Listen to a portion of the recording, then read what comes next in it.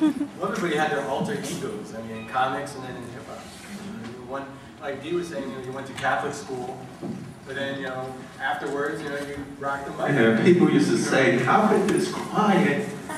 Listen, I went to Catholic school. I was a nerd, but I'm proud of it. Yeah. What? But people used to say, "How could this Catholic school kid turn into the devastating mic controller DMC?" But that was my alter ego. I got that personality, that representation, that alter ego was from the comic books. Because without the comic books, I don't think I would have been rapping. I was just rapping to rap. But I was able to look at the comic books and say, okay, in his daily life, he's Daryl McDaniel, straight A Catholic school kid. But at nighttime, he turns into the devastating mic controller DMC.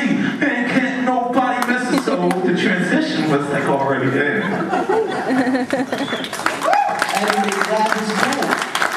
He made glasses cool. Oh, I made glasses because I used to wear, I was a superhero persona. Well, I had glasses and everything. Yo, I mean, people used to look at me. Chris Rock even said, recently, that's why when Adam called me to come here, I was like, I know more about hip-hop than I know about comics, but then I realized something. Chris Rock had said, yeah, because DMC was like how Superhero Run DMC came out, because he had the gloves, the black gloves, and the leather suit, he had the glasses. I had the whole superhero look, and I remember recently, I was watching Spider-Man 2, when he didn't want to be Spider-Man anymore, right? And Aunt May was going, Peter, because sometimes the world needs a hero. Because he didn't want to be Spider-Man. I mean, a couple of years ago, I was at a point where, I'm 35 years old. You got people, the hip-hop industry, what do they know? It was hip-hop as a young person's music. I was like, oh my God, I'm 35. And I had even peers, my rap peers in the rap game. They was like, when I get 35, I'll be running a company. But nobody wanted to rap anymore. So then people was like,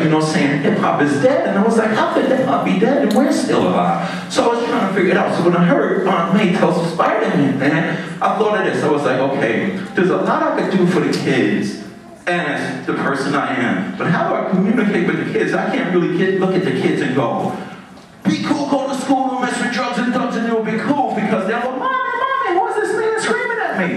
But I can use a vehicle like a comic book to say, yeah, here's this mild-mannered Catholic kid school who's not just a rapper. I'm the king of, one of the kings of rappers, so they could read these stories and say, wow, because like I said, even before rap records was ever made, Melly Mel, Bambaataa, Grandmaster Caz, Kool Moe Dee, these guys were our superheroes. And they were all nerds initially. All hip-hop came out of the nerddom.